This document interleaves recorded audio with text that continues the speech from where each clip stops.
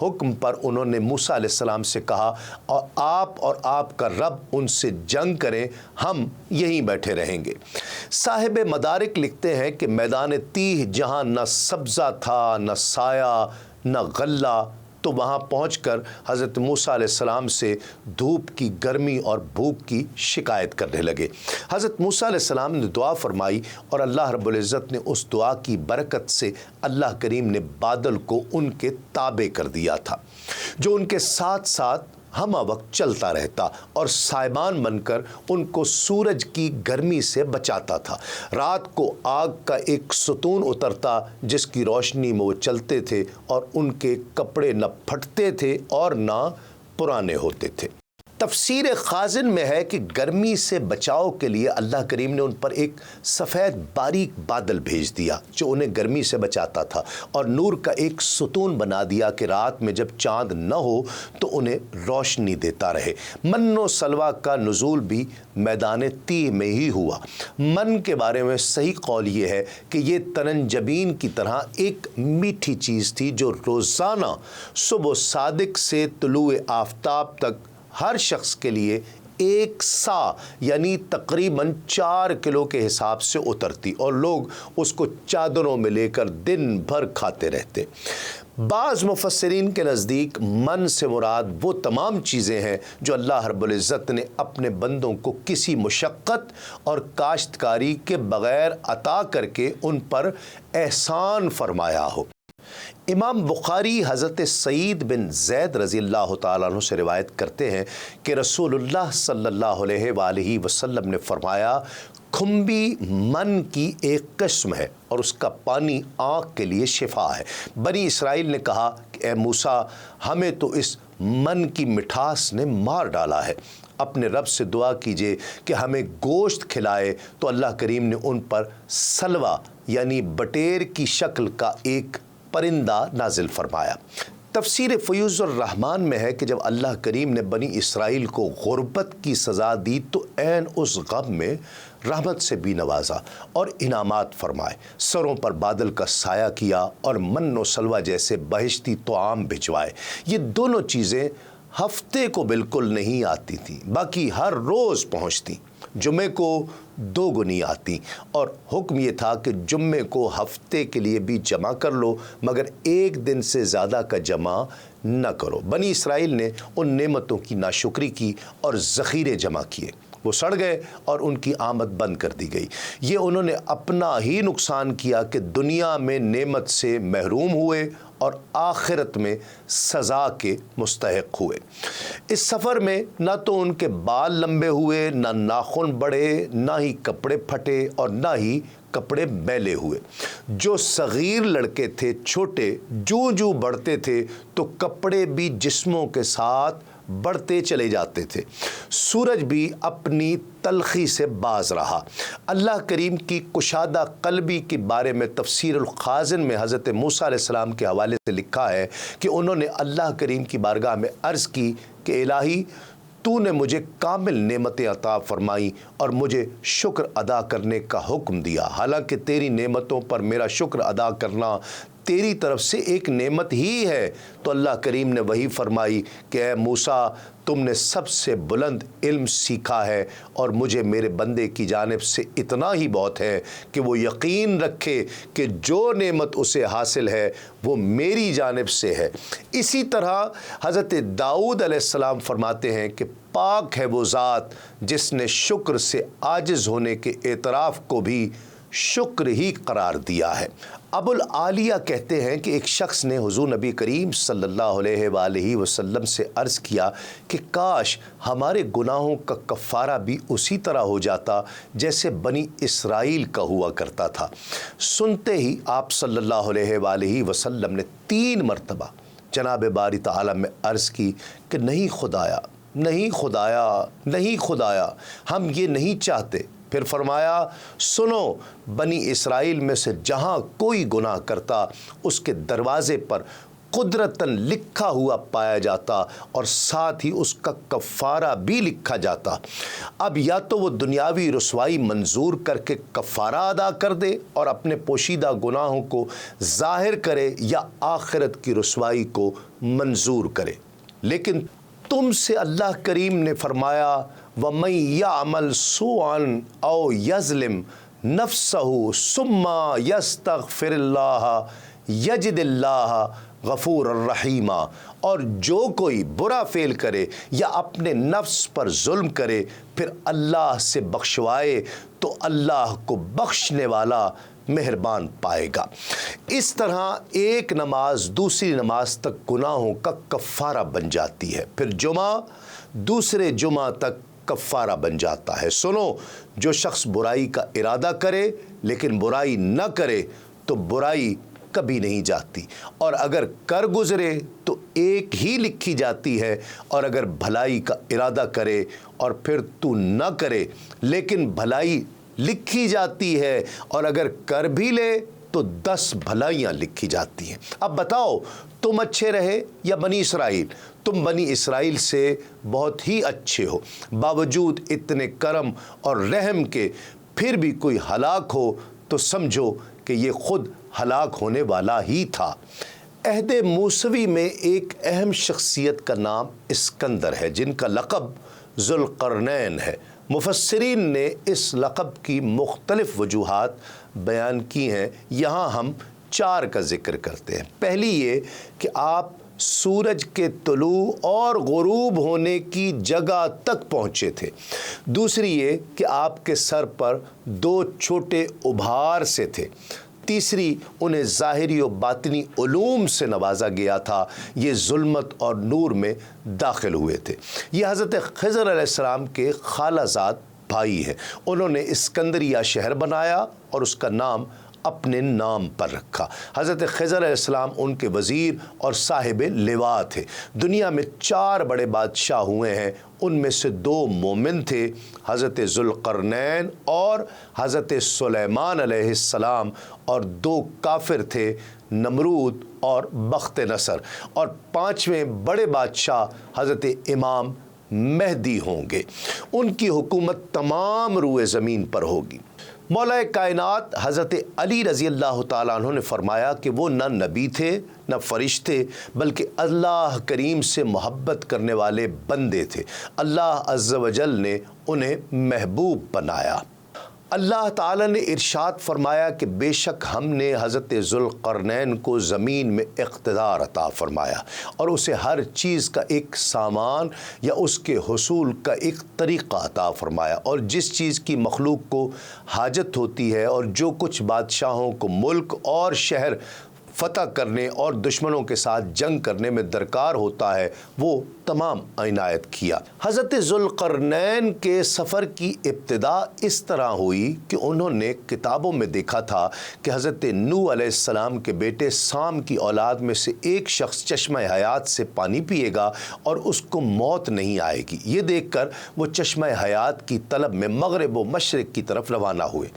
اس سفر میں آپ کے ساتھ حضرت خضر علیہ السلام بھی تھے۔ وہ تو چشمہ حیات تک پہنچ گئے اور انہوں نے اس میں سے پی بھی لیا، مگر حضرت ذوالقرنین کے مقدر میں نہیں تھا، اس لیے انہوں نے وہ چشمہ نہ پایا۔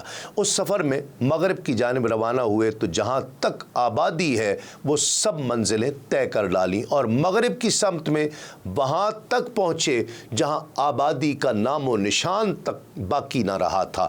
وہاں انہیں سورج غروب ہوتے وقت ایسا نظر آیا گویا کہ وہ سیاہ چشمہ میں ڈوبتا ہے، جیسا کہ دریائی سفر کرنے والے کو پانی میں ڈوبتا معلوم ہوتا ہے۔ حضرت ذوالقرنین رضی اللہ تعالیٰ عنہ مشرق کی طرف ایک راستے پر چلے تو آپ نے اس چشمے کے پاس ہی ایک ایسی قوم کو پایا جو شکار کیے ہوئے جانوروں کے چمڑے پہنے ہوئے تھے، اس کے سوا ان کے بدن پر اور کوئی لباس نہ تھا، اور دریائی مردہ جانور ان کی غذا تھے۔ یہ لوگ کافر تھے۔ اللہ رب العزت نے الہام کے طور پر فرمایا، اے ذوالقرنین، یا تو انہیں سزا دے اور ان میں سے جو اسلام میں داخل نہ ہو اس کو قتل کر دے، یا اگر وہ ایمان لائیں تو ان کے بارے میں بھلائی اختیار کر اور انہیں احکام شرع کی تعلیم دے۔ بعض مفسرین کے نزدیک اللہ رب العزت نے یہ کلام اپنے کسی نبی سے فرمایا تھا اور انہوں نے حضرت ذوالقرنین سے یہ بات کہی تھی۔ حضرت ذوالقرنین نے اللہ رب العزت کی طرف سے حکم ملنے کے بعد ان نبی علیہ السلام سے عرض کی یا اپنے پاس موجود خاص ساتھیوں سے کہا، بہرحال جس نے کفر و شرک اختیار کیا اور میری دعوت کو ٹھکرا کر ایمان نہ لایا تو ان قریب ہم اسے قتل کر دیں گے۔ یہ تو اس کی دنیاوی سزا ہے، پھر وہ قیامت کے دن اپنے رب کی طرف لوٹایا جائے گا تو وہ اسے جہنم کا بہت برا عذاب دے گا، اور جو ایمان لایا اور اس نے ایمان کے تقاضوں کے مطابق نیک اعمال کیے تو اس کے لیے جزا کے طور پر بھلائی یعنی جنت ہے، اور ان قریب ہم اس ایمان والے کو آسان کام کہیں گے اور اس کو ایسی چیزوں کا حکم دیں گے جو اس پر سہل ہوں، دشوار نہ ہوں۔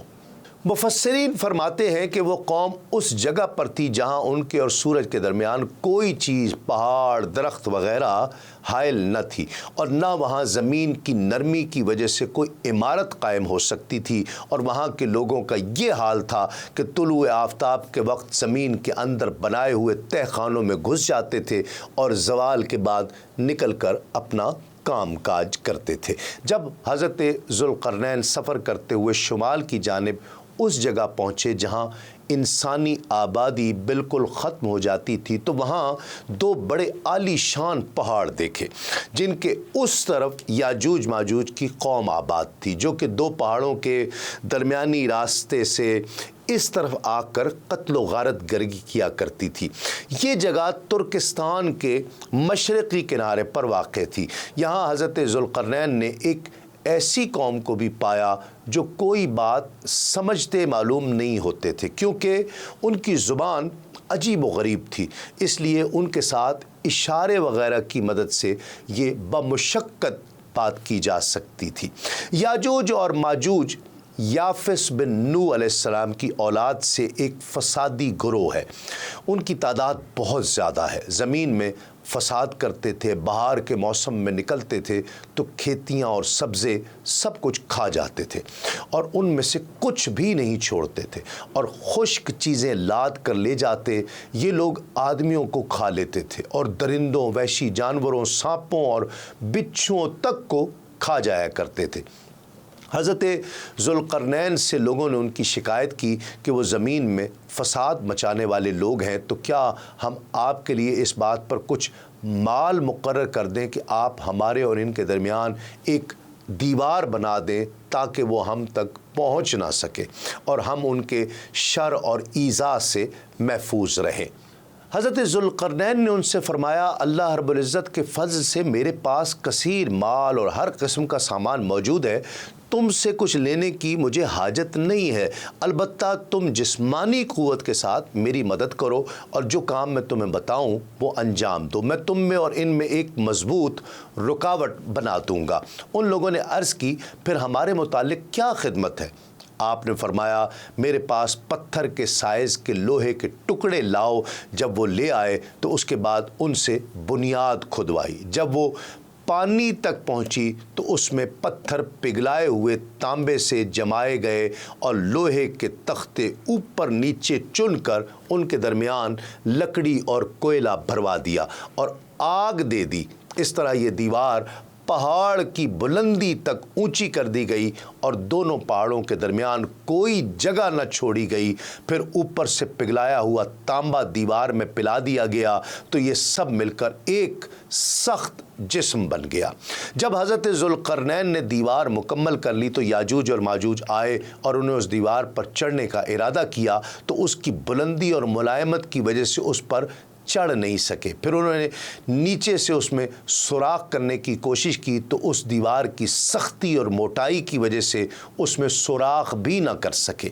حضرت ذوالقرنین رضی اللہ تعالیٰ نے کہا کہ یہ دیوار میرے رب کی رحمت اور اس کی نعمت ہے، کیونکہ یہ یاجوج اور ماجوج کے نکلنے میں رکاوٹ ہے۔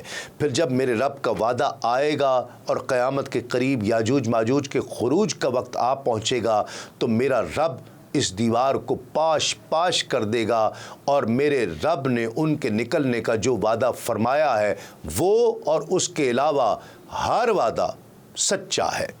یاجوج اور ماجوج کے نکلنے سے متعلق ترمذی شریف میں حضرت ابو ہریرہ رضی اللہ تعالیٰ عنہ سے روایت ہے، رسول کریم صلی اللہ علیہ وآلہ وسلم نے ارشاد فرمایا، یاجوج ماجوج روزانہ اس دیوار کو کھودتے رہتے ہیں، حتیٰ کہ جب اسے توڑنے کے قریب ہوتے ہیں تو ان کا سردار کہتا ہے اب واپس چلو، باقی کل توڑ لیں گے۔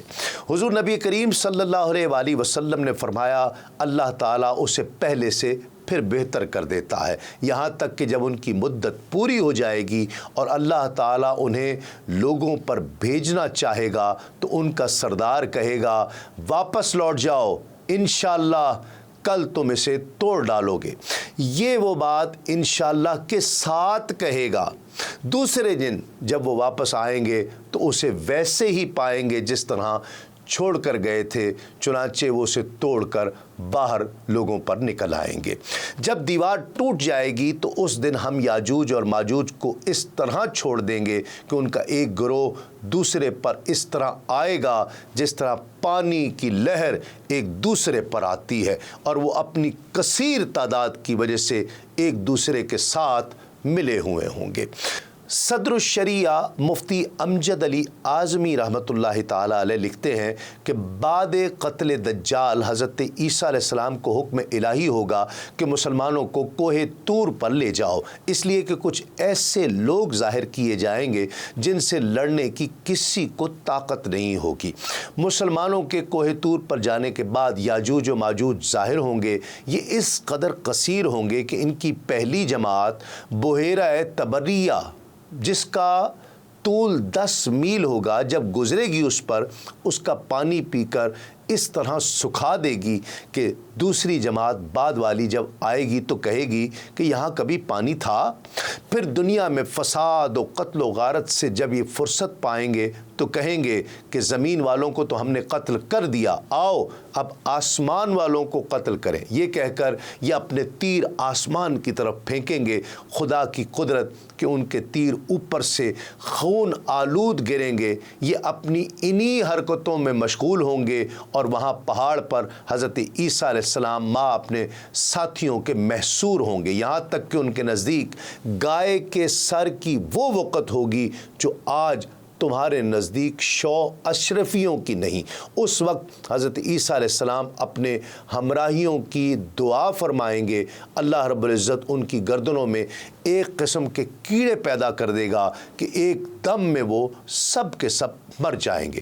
ان کے مرنے کے بعد حضرت عیسیٰ علیہ السلام پہاڑ سے اتریں گے، دیکھیں گے کہ تمام زمین ان کی لاشوں اور بدبو سے بھری پڑی ہے، ایک بالشت بھی زمین خالی نہیں ہے۔ اس وقت حضرت عیسیٰ علیہ السلام ماں ہمراہیوں کے پھر دعا کریں گے، اللہ رب العزت ایک قسم کے پرندے بھیجے گا کہ وہ ان کی لاشوں کو جہاں اللہ چاہے گا پھینک آئیں گے، اور ان کے تیر و کمان و ترکش کو مسلمان 7 برس تک جلاتے رہیں گے۔ ناظرین کرام، بنی اسرائیل صحرائے تیہ میں 40 برس تک بھٹکتے رہے۔ اس کھلے میدان سے نکلنے کے لیے صبح سے شام تک روز سفر کرتے، لیکن شام کو پھر اسی جگہ موجود ہوتے جہاں سے صبح چلے تھے۔ حضرت موسیٰ علیہ السلام اور حضرت ہارون علیہ السلام بھی ساتھ تھے۔ ایک دن صحرائے تیہ میں ہور نامی پہاڑ پر پہنچے تو حضرت ہارون علیہ السلام کا انتقال ہو گیا اور انہیں وہیں دفن کر دیا گیا، جبکہ حضرت موسیٰ علیہ السلام کے سفر آخرت کے متعلق تاریخ طبری میں بیان کی گئی چند روایات یہ ہیں کہ ایک روز موسیٰ علیہ السلام حضرت یوشع علیہ السلام کے ساتھ جا رہے تھے کہ سیاہ ہوا چلی۔ جب یوشع نے یہ منظر دیکھا تو سمجھا کہ قیامت آ گئی ہے، اور وہ ڈر کے مارے موسیٰ علیہ السلام سے لپٹ گئے اور کہا کہ قیامت اس حال میں ہوگی کہ میں اللہ کے نبی کے ساتھ لپٹا ہوا ہوں گا۔ موسیٰ علیہ السلام کو قمیض کے اندر سے اللہ نے نکال لیا اور قمیض یوشع علیہ السلام کے ہاتھ میں رہی۔ جب وہ قمیض لے کر قوم کے پاس پہنچے تو انہوں نے کہا کہ کیا تم نے موسیٰ علیہ السلام کو قتل کر دیا ہے؟ یوشع نے کہا کہ میں نے ان کو قتل نہیں کیا، بلکہ وہ قمیض کے اندر سے اٹھا لیے گئے ہیں، لیکن قوم سے بات نہ مانی۔ حضرت یوشع علیہ السلام نے اللہ سے دعا مانگی، چنانچہ ان کے پہرے داروں کو خواب میں بتایا گیا کہ انہیں قتل نہیں کیا بلکہ ہم نے اوپر اٹھا لیا ہے۔ حضرت موسیٰ علیہ السلام کی وفات کے متعلق دوسرا قول امام طبری بحوالہ ابن اسحاق روایت کرتے ہیں کہ موسیٰ علیہ السلام نے موت کو ناپسندیدہ سمجھا تو اللہ نے انہیں مارنے کا ارادہ کر لیا، اور ان کے لیے نہ ہونے کو ناپسند سمجھا تو نبوت حضرت یوشع علیہ السلام کو دے دی۔ موسیٰ علیہ السلام نے اس سے کہا کہ اے اللہ کے نبی، اللہ تعالیٰ نے تیرے ساتھ کیا معاملہ کیا؟ اس نے درست جواب دے دیا کہ اے اللہ کے نبی، میں آپ کے ساتھ کتنے عرصے تک رہا، آپ نے اتنے عرصے میں سے کوئی سوال نہیں کیا، اور اب کیا کر رہے ہیں؟ پھر موسیٰ علیہ السلام کو کچھ نہ بتایا۔ موسیٰ علیہ السلام سمجھ گئے اور انہیں زندگی سے نفرت اور موت سے محبت ہو گئی۔ موسیٰ علیہ السلام کے وصال سے متعلق تیسرا قول امام طبری بحوالہ وہب روایت کرتے ہیں کہ ان کی موت کا قصہ یہ تھا کہ ایک روز وہ چھپر سے نکل کر کسی کام کے لیے باہر تشریف لے گئے۔ کسی کو معلوم نہ تھا کہ آپ کہاں گئے ہیں۔ ایک جگہ آپ نے فرشتوں کو دیکھا کہ وہ قبر کھود رہے ہیں۔ آپ نے انہیں پہچان لیا، ان سے پوچھا کہ اے فرشتوں، تم کس کی قبر کھود رہے ہو؟ انہوں نے جواب دیا کہ ہم اللہ کے برگزیدہ بندے کی قبر کھود رہے ہیں۔ اس بندے کا اللہ کے ہاں بڑا مقام ہے، اس کا کوئی ٹھکانہ ہے نہ گھر۔ پھر اس نے کہا اے صفی، کیا آپ چاہتے ہیں کہ یہ آپ کی قبر ہو؟ آپ نے کہا ہاں، اور اس نے کہا تو پھر آئیے اس میں لیٹ جائیے اور اپنے رب کی طرف متوجہ رہیے اور آہستہ آہستہ سانس لیجیے۔ موسیٰ علیہ السلام اس میں لیٹ گئے، اللہ کی طرف متوجہ ہوئے اور آہستہ آہستہ سانس لینے لگے۔ اللہ رب العزت نے آپ کی روح قبض کر لی اور فرشتوں نے قبر برابر کر دی۔ موسیٰ علیہ السلام کے وصال سے متعلق چوتھی روایت حضرت ابو ہریرہ رضی اللہ تعالیٰ عنہ سے مروی ہے کہ حضور نبی کریم صلی اللہ علیہ وآلہ وسلم نے فرمایا کہ پہلے موت کا فرشتہ کھلم کھلا آیا کرتا تھا، یہاں تک کہ جب موسیٰ علیہ السلام کے پاس آیا تو آپ نے اس کے منہ پر تھپڑ مار دیا، حتیٰ کہ اس کی آنکھ تک نکل آئی۔ وہ واپس اللہ رب العزت کے پاس گیا اور کہا کہ اگر یہ آپ کا نہ ہوتا تو میں اس پر سختی کرتا۔ اللہ رب العزت نے کہا کہ موسیٰ کے پاس جاؤ اور ان سے کہو کہ اس بیل پر ہاتھ رکھیں، جتنے بال ہاتھ میں لگیں گے اتنے سال زندگی اور عطا کر دی جائے، اور پھر کہو کہ اتنے عرصے تک بھی مرنا چاہتے ہو کہ نہیں؟ فرشتے نے آ کر بتایا تو موسیٰ علیہ السلام نے کہا کہ اس کے بعد کیا ہوگا؟ موت تو پھر آنی ہے، بہتر ہے اے میرے مالک مجھے مقدس زمین سے ایک پتھر کی مار کے فاصلے پر موت دے دے۔ پھر اللہ رب العزت سے دعا کی کہ اے اللہ اس آخری وقت میں مجھے ارض مقدس کے قریب کر دے۔ اللہ نے آپ کی دعا قبول فرمائی، فرشتے نے انہیں ایک عمدہ خوشبو سنگھائی اور روح قبض کر لی۔ فرشتوں نے آپ کی نماز جنازہ ادا فرمائی اور دفن کیا۔ مسند احمد میں حضرت انس بن مالک رضی اللہ تعالیٰ عنہ سے روایت ہے کہ رسول اکرم صلی اللہ علیہ وآلہ وسلم نے فرمایا کہ جس رات مجھے آسمانوں پر لے جایا گیا تو موسیٰ علیہ السلام کے پاس سے گزر ہوا، آپ وہاں سرخ ٹیلے کے پاس اپنی قبر میں کھڑے نماز ادا فرما رہے تھے۔ اب حضرت موسیٰ علیہ السلام کی وفات کے بعد حضرت یوشع علیہ السلام کا ذکر کہ حضرت موسیٰ علیہ السلام کی وفات کے بعد حضرت یوشع بن نون علیہ السلام کو نبوت عطا ہوئی۔ ڈاکٹر شاہد مختار اپنی کتاب پہلے نبی سے آخری نبی تک میں لکھتے ہیں کہ حضرت یوشع حضرت موسیٰ علیہ السلام کی وفات کے بعد 7 برس تک ان کے نائب اور وصی رہے۔ روایت کے مطابق حضرت یوشع بن نون علیہ السلام حضرت یوسف علیہ السلام کے پڑ پوتے تھے۔ البدایہ والنہایہ میں آپ کا نسب یوں بیان کیا گیا ہے کہ یوشع بن نون بن افراہیم بن حضرت یوسف علیہ السلام بن حضرت یعقوب علیہ السلام بن حضرت اسحاق علیہ السلام بن حضرت ابراہیم علیہ السلام۔ حضرت یوشع بن نون علیہ السلام 1350 قبل مسیح مصر میں پیدا ہوئے اور ان دنوں وہاں فرعون کی حکومت تھی۔ آپ کا بنی اسرائیل سے تعلق تھا اور حضرت موسیٰ علیہ السلام کے آپ خادم خاص تھے۔ چنانچہ ان کی حیات طیبہ کے واقعات میں آپ کا بکثرت تذکرہ ملتا ہے۔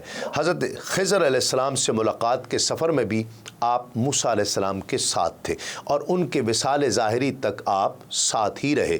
آپ نے جبارین کے خلاف جہاد فرمایا اور فتح حاصل کی۔ آپ کا نام مسلمانوں کے یہاں یوشع بن نون جبکہ مسیحی ان کا نام یشوع بن نون لکھتے ہیں۔ صحیح بخاری، صحیح مسلم اور سنن ترمذی میں سورۃ الکہف کی آیت 60 کے ضمن میں یوشع بن نون ہی لکھا ہے۔ وانطلق معہ بفتاہ یوشع بن نون۔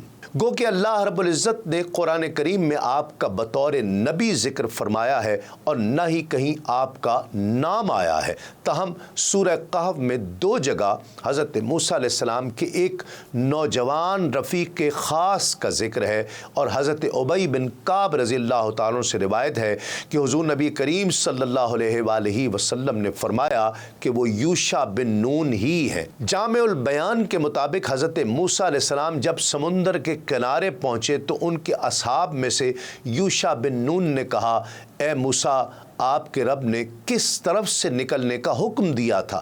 موسیٰ علیہ السلام نے اپنے سامنے سمندر کی طرف اشارہ کیا۔ آپ نے اپنا گھوڑا سمندر میں ڈال دیا، حتیٰ کہ جب وہ سمندر کی گہرائی میں پہنچا تو پھر لوٹ آئے اور پھر پوچھا کہ آپ کے رب نے کہاں سے نکلنے کا حکم دیا تھا؟ 3 مرتبہ اسی طرح ہوا۔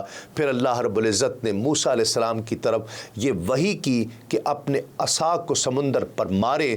جب موسیٰ علیہ السلام نے سمندر پر عصا مارا تو وہ 12 حصوں میں منقسم ہو کر پھٹ گیا، حتیٰ کہ موسیٰ علیہ السلام بنی اسرائیل کے 12 گروہوں کے ساتھ اس سے پار گزر گئے۔ جب حضرت موسیٰ علیہ السلام نے قوم جبارین کے احوال معلوم کرنے کے لیے چند افراد کو بھیجا تھا تو ان میں حضرت یوشع بن نون بھی شامل تھے۔ واپسی پر کالب بن یقنہ اور آپ علیہ السلام نے جبارین کا حال حکم کے مطابق صرف حضرت موسیٰ علیہ السلام سے ہی عرض کیا، جبکہ دیگر سرداروں نے حکم کی خلاف ورزی کرتے ہوئے قوم کو دشمنوں کی قوت و طاقت اور جسامت سے ڈرایا۔ حضرت یوشع علیہ السلام اور کالب بن یقنہ نے قوم کو جوش دلانے کے لیے فرمایا، قرآن مجید میں ہے، ادخلوا علیہم الباب فَإِذَا دَخَلْتُمُوهُ فَإِنَّكُمْ غَالِبُونَ وَعَلَى اللَّهِ فَتَوَكَّلُوا إِن كُنتُم مُؤْمِنِينَ۔ زبردستی دروازے میں ان پر داخل ہو، اگر تم دروازے میں داخل ہو گئے تو تمہارا ہی غلبہ ہے، اور اللہ ہی پر بھروسہ کرو اگر تمہیں ایمان ہے۔ یعنی اے لوگو، شہر کے دروازے سے ان جبارین پر داخل ہو جاؤ۔ اگر تم ہمت کر کے دروازے میں داخل ہو جاؤ تو تم ہی غالب رہو گے، اور اگر تم ایمان والے ہو تو اللہ ہی پر بھروسہ کرو، کیونکہ اللہ رب العزت نے مدد کا وعدہ کر رکھا ہے اور اس کا وعدہ ضرور پورا ہونا ہے۔ تم جبارین کے بڑے بڑے جسموں سے خوف نہ کھاؤ، ہم نے انہیں دیکھا ہے، ان کے جسم بڑے لیکن دل چھوٹے کمزور ہیں۔ ان دونوں کی بات سن کر بنی اسرائیل بہت برہم ہوئے اور جوش میں آنے کے بجائے الٹا انہی کے خلاف ہو گئے۔ ابن کثیر لکھتے ہیں کہ جب حضرت موسیٰ علیہ السلام اللہ کے حکم سے بیت المقدس آزاد کروانے کے لیے قوم عمالقہ سے جہاد کرنے گئے تو بنی اسرائیل نے لڑنے سے انکار کر دیا اور کہا، تم اور تمہارا پروردگار لڑے، ہم تو یہیں بیٹھے ہیں۔ اللہ رب العزت نے اس سرکشی پر انہیں صحرائے تیہ میں قید کر دیا، جہاں وہ 40 برس تک بھٹکتے رہے۔ حضرت موسیٰ علیہ السلام، حضرت ہارون علیہ السلام اور حضرت یوشع بن نون بھی ان کے ساتھ تھے۔ بنی اسرائیل کے وہ تمام لوگ جنہوں نے جہاد سے انکار کیا تھا اس طویل عرصے میں مر گئے۔ ایک دن اللہ رب العزت نے حضرت موسیٰ علیہ السلام کو حکم دیا کہ بنی اسرائیل کے 12 قبائل میں سے ہر قبیلے کا ایک نقیب مقرر کر دیں اور انہیں اپنے قبیلے کی قیادت و رہنمائی، جہاد کی تربیت اور دیگر معاملات کی ذمہ داری دے دیں۔ دراصل یہ ساری تیاری قوم عمالقہ سے جہاد کے لیے تھی۔ قرآن مجید میں ارشاد باری تعالیٰ ہے، اور اللہ نے بنی اسرائیل سے عہد لیا اور انہی میں 12 سردار بنائے، اور اللہ نے فرمایا میں تمہارے ساتھ ہوں اگر تم نماز قائم کرو، زکوٰۃ ادا کرو اور میرے رسولوں پر ایمان لاؤ، ان کی توقیر کرو اور اللہ کو قرض حسنہ دو، تو میں تم سے تمہاری برائیوں کو دور کر دوں گا اور تم کو ایسے باغات میں داخل کروں گا جن کے نیچے نہریں بہتی ہوں گی۔ بس جس نے تم میں سے اس کے بعد کفر کیا تو بے شک وہ سیدھے راستے سے گمراہ ہوا۔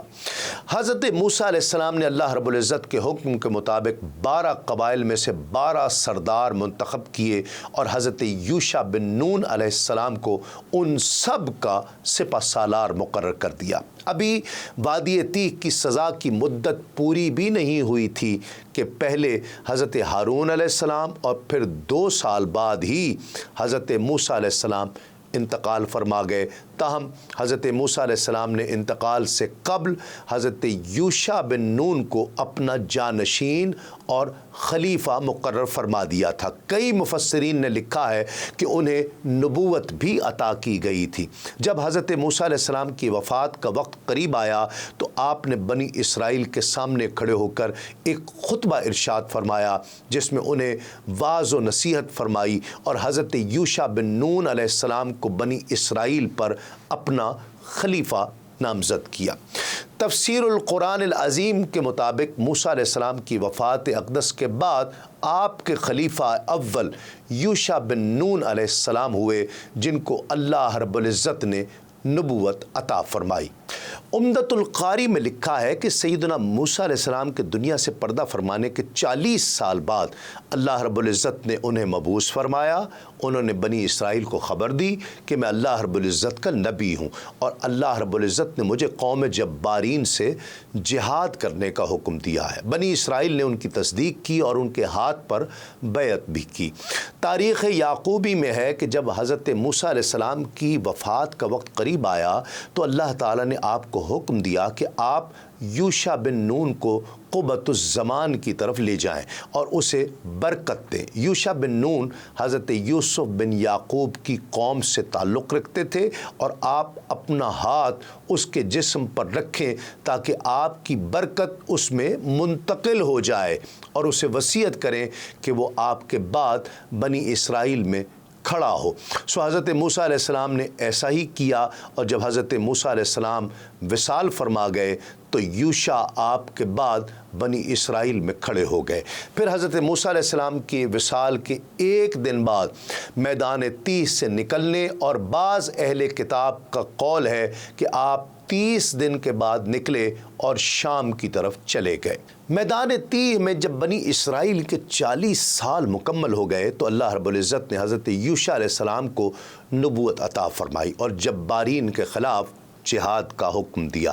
یوشع بن نون علیہ السلام کی نبوت کے متعلق ابن کثیر بحوالہ ابن جریر وغیرہ اور دیگر مفسرین محمد بن اسحاق سے نقل کرتے ہیں کہ موسیٰ علیہ السلام کی آخری عمر میں نبوت موسیٰ سے یوشع کی طرف منتقل کر دی گئی تھی۔ چنانچہ موسیٰ علیہ السلام یوشع سے ملتے اور اللہ پاک کی طرف سے ان کے پاس نئے نازل ہونے والے احکام و نواہی کے متعلق دریافت فرمایا کرتے تھے۔ یہاں تک کہ ایک دن یوشع نے کہا، اے اللہ کے کلیم، میں تو اللہ پاک کی جانب سے آپ پر نازل ہونے والی وحی کے بارے میں نہیں پوچھتا تھا جب تک کہ آپ ہی خود ابتداءً ملاقات میں بتلا نہیں دیا کرتے تھے۔ تو اس وقت موسیٰ علیہ السلام نے مزید زندہ رہنا پسند نہ کیا اور موت کو بہتر سمجھا، لیکن محمد بن اسحاق کی اس روایت میں اشکال ہے، اس لیے کہ موسیٰ علیہ السلام پر ان کی وفات تک تمام معاملات میں اوامر و نواہی، احکامات شریعہ، وحی اور اللہ پاک کی طرف سے کلام نازل ہوتا رہا تھا، اور وہ ہمیشہ اللہ پاک کے یہاں معزز و مکرم رہے تھے۔ ناظرین کرام، آج کے پروگرام میں ہم نے ذکر کیا کہ قوم کی مسلسل سرکشی اور نافرمانی پر حضرت موسیٰ علیہ السلام نے کون سے الفاظ میں دعائے جلال فرمائی، میدان تیہ میں بنی اسرائیل پر اترنے والا من و سلوہ کیا ہے اور اس کے متعلق مختلف روایات کیا ہیں، عامل قاتل کو تلاش کرنے کے لیے بیل کی جو نشانیاں بیان کی گئیں ان میں حکمت کیا تھی، جناب اسکندر کا لقب ذوالقرنین کیوں رکھا گیا اور ان کا حضرت موسیٰ علیہ السلام کے ساتھ کیا رشتہ تھا، حضرت ذوالقرنین نے مشرق و مغرب اور شمال و جنوب کے سفر پر کیوں روانہ ہوئے، آپ کی ملاقات یاجوج ماجوج سے کب اور کہاں ہوئی، ان کا رہن سہن اور کھانے پینے کے طور طریقے کیا تھے، یاجوج ماجوج والی دیوار کیسے بنائی گئی اور اسے ہٹانے کے لیے وہ کیا کوشش کرتے ہیں، حضرت موسیٰ علیہ السلام کی وفات کا مکمل واقعہ کیا ہے اور اس کے متعلق مختلف روایات کیا ہیں، حضرت یوشع علیہ السلام کون ہیں اور آپ کو نبوت کب عطا ہوئی، حضرت یوشع اور حضرت موسیٰ علیہ السلام کا باہمی تعلق کیا تھا، جبارین کے خلاف جہاد اور بیت المقدس کی آزادی کے لیے آپ علیہ السلام نے کیا کیا کوششیں کی۔ آئندہ کے پروگرام میں انشاءاللہ حضرت یوشع و خضر علیہ السلام کے متعلق گفتگو ہوگی۔ دیکھتے رہیے آدم سے خاتم تک صرف سنو ٹی وی پر۔ تسلیم احمد صابری کو اجازت دیجیے۔ السلام علیکم، تسلیمات۔